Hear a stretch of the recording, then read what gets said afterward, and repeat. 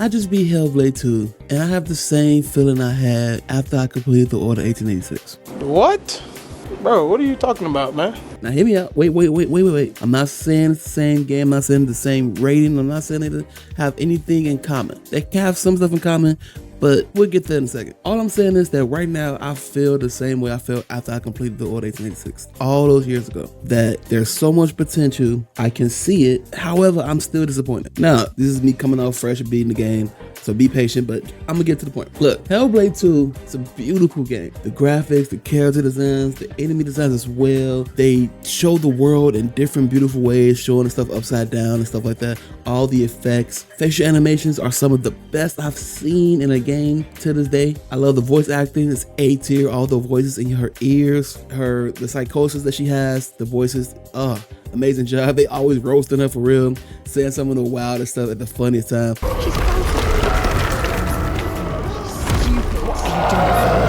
I don't know if it's meant to be funny, but it definitely is hilarious when some of the voices be just talking trash stuff. I'm gonna get this out the way too. I get that it's an art piece. I get that it's an art game. It's supposed to be, invoking different thoughts and perspectives. And so before I say anything else, I get it. So don't hold me to the fire like I didn't get the message or I didn't get the story. I get it. I'm not gonna spoil it because it just came out a day ago, but I get it. I also only had one technical difficulty too. The only bug I experienced was me changing the controls and then my mouse kept messing up. The mouse keep popping up. Why do the mouse keep popping up? All you had to do was restart the game and that fixed it. So boom, pretty well polished game, even though it is still demanding. And it does a decent job of telling the story that it wants to tell. A story about moving on from grief or living with it, choosing your own destiny, and even after all that pain, you can still grit through and learn to trust again as well. And you can, be better than the sins of your father, to be honest.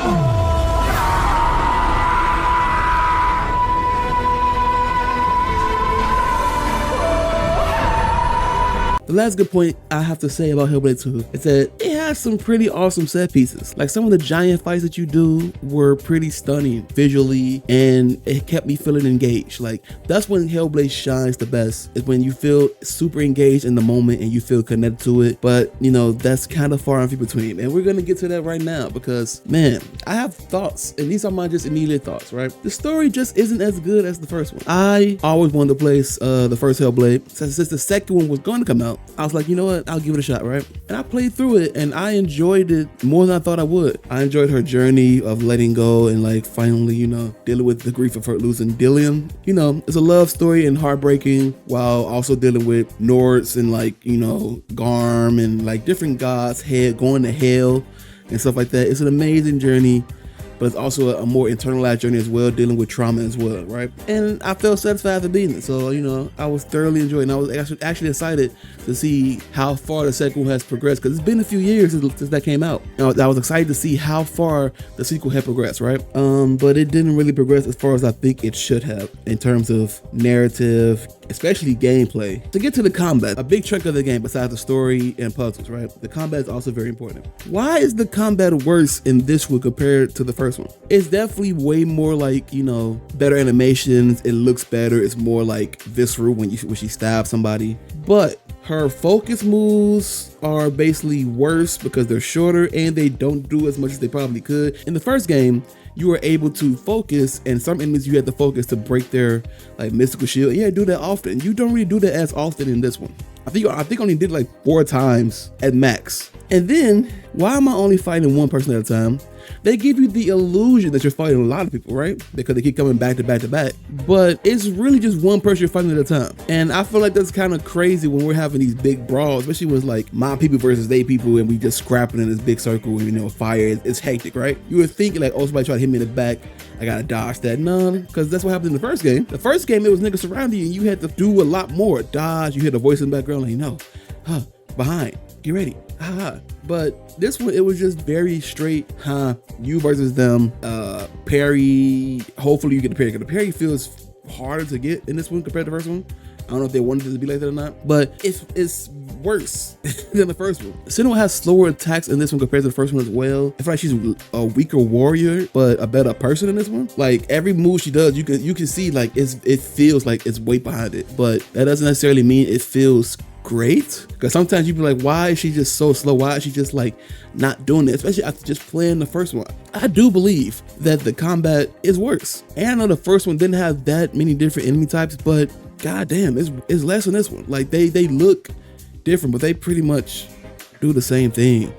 Like at least the giants are new, I guess, and those are cool, but you don't really fight them. And man, let me tell you, that gameplay trailer they showed back in the day when they showed that giant chasing you, boy, was that a letdown. But anyway, usually stuff gets open in a sequel. They start expanding. Animation, facial expressions and stuff like that, all that improved.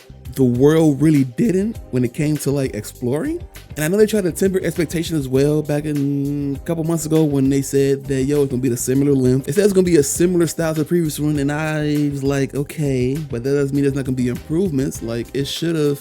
Especially they did all this research and all this like, you know, development of this beautiful world, because it's a beautiful world. It's just shallow. The puzzles, my God, the puzzles in this game are more brain dead than the first one. And the first game had the easiest puzzles ever, like some of the easiest stuff too. But this one is like, God, turn your brain off and just put the ball in the hole. Light the torch, walk through the water, light the torch again. Like it's just very, very simple brain dead stuff. Follow the light. Like, oh my God, it was just follow the light. Because I know in the first one, it was more engaging doing some of those puzzles because one, you were literally trapped in this dark cavern and Garm was in the darkness. And if you got stayed in the dark too long, Garm was gonna kill you. So all the time you were running from light to light and it felt more engaging. Even though they had that similar aspect in the second one, I never felt like I was gonna die in those dark caves down there. But Garm was always there. Garm was always, you always hear him, he was growling. There was large gaps of darkness. And they even played with you a little bit like, yo, you might not make it to that fire over there, but they played with you, make it seem like you didn't, but of course you were. But just the feeling of it was more impactful in the first one than the second one. If this game's gonna be this heavy narrative and you're gonna have puzzles, because they want the puzzles in here to be like, you know, world building and explore the world, shouldn't you make the puzzle just a little bit harder or a little bit more engaging instead of just like, look at the bubble changed the world. Like get the ball, put the ball in the hole, get the torch, light the fire. Like it's very simple stuff. The coolest thing I saw, this might be a slight spoiler, but nothing really, is the puzzle towards the end where you're helping like someone, I won't say who, but you're helping someone get through this area and they're like, you know, helping you back in return. So it's just like a loop that's happening. That's one of the coolest one, but it still was simple as like, take the torch, light the torch, you know, look at that, don't look at that. So like, I don't know, the puzzles were also very disappointing. Also, the first one had the same problem, but not as much, but the amount of Norse mythology knowledge that you need for this game is crazy. Like, I wish there was a button like in Final Fantasy 16 that at any point in time you could press it and then you get a lore dump. Like here's everything you need to know about this scene. Here's everything you need to know about this world. That's so helpful. That's one of the best things in gaming in a long time, is that lore button that nobody really talks about anymore, but it was very, very helpful. And I feel like this game could have utilized that so much, because there's so much lore they probably want to get out to you. All the little the hidden one statues, all these stories that you're getting. It would be great to just, you know, have a button or even just some type of lore option. You know, that's a personal preference nonetheless, but all this personal preference, you get it. For how short Hellblade 2 was, the down moments felt very long. Like, and it's not like the characters are bad or that the world is like ugly. It's just that the down moments in between set pieces like fighting a giant or a good puzzle felt like a drag. Like nothing was really good. Even the voices couldn't help, because even though they're doing A-tier acting, A-tier dialogue, they're still just saying, what is this, what is that sometimes. And it's funny because like, I like Ninja Theory games, at least some of them. I like Enslaved, Journey to Odyssey to the West, and I like DMC Reboot more than a lot of other people. I think it's worse compared to other DMC games, but it was still a cool game, and I think the world that they did in that game was probably one of the best words for the DMC universe. But the story just didn't hit as hard as it should have for the gameplay to be as shallow as it is. You know what I'm saying? For it to be so a shallow gameplay experience, the story should have hit harder. And that's why I compare it to the Order 1886, because I feel like both of these games focus hard on some things. Like I feel like Hellblade 2 focused on the narrative, which probably should have been focused on a little bit more, and the visual fidelity of the game, like the graphics, facial animations, mocap as well, like all that stuff, they focused on that heavy. But what suffered was the gameplay and some of the actual world, because there was just pathways, and the Order felt that same way. it's mostly focused on the actual graphical fidelity, character looks and models and story, even though like it's the start of something to continue on in a sequel. I feel like the order was the beginning of something and it was supposed to lead to something else, but it should have been in that one package. And this is kind of the same thing. Like at the end of Hellblade 2, you feel like, all right, now we see where she's gonna stand, how she's gonna be able to prove herself now. And it's a middle ass game for like something that should not feel like a middle ass game, you know? It felt like a middle point to a story more than like an actual conclusion. And that's the same way with the order. The order ended like, yeah, all right, the game is gonna start now and credits roll. I feel like in game development, something has to be like neglected, and I would prefer it be the graphics, because the gameplay, and if you're a story game, the story has to be A1, but the gameplay should be A1 if you're not like, it's not a deep story. And this game try to be a deeper story than a lot of other superficial games, because I would say the order is like very like lighthearted, when it not lighthearted, but like it's a very like light story, but it's trying to tell an interesting story and develop this world with these werewolves and like this technology they're adding and stuff like that. They're doing interesting things as well. Hellblade is doing the same thing with their world, with the Norse mythology as well, going along with her story and everybody's story with these giants as well. But when games like these come out, you should like, I wish they had a little bit more time, or like, I wish they did this. Those games that hurt the most to me. The Order and Hellblade 2 are those games for me. I wish they did a little bit better in these aspects. Gameplay for Hellblade 2, gameplay needs work.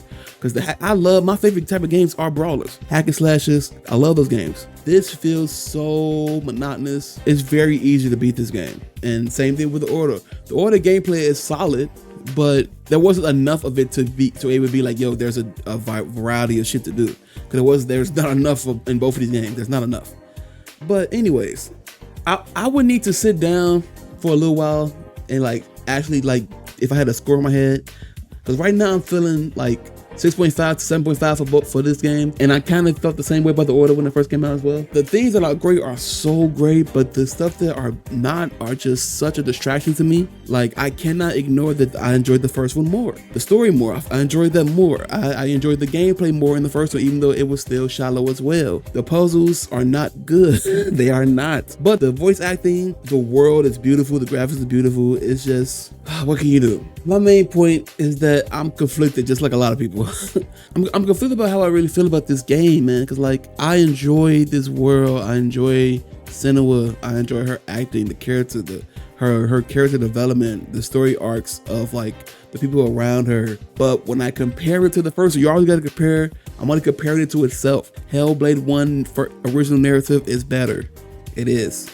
It's just better. The gameplay is better in my opinion. It feels more visceral in the second one. The animations look better, but the actual game feel is worse. Like, you don't even fight multiple enemies. What happened? You don't even fight multiple enemies anymore. And then at the end of every combat, you get the same animation, like, whoo, she look around and put a sword up. I saw the animation like 12 times. I don't know, Game Pass saved this game. Game Pass really saved this game, because like the way people view games now, they would view this game as a Game Pass game, and of course it is because it's Xbox owned. But yeah, because it is on Game Pass, they didn't think about anything extra, which is good and also like not good because the value that you're getting is not complete as it should be. But I'm still conflicted. I'm still gonna go through this, toss and turn in my head, and think about the Order in this game forever probably because they gave me the exact same feeling and it sucks. But I don't know.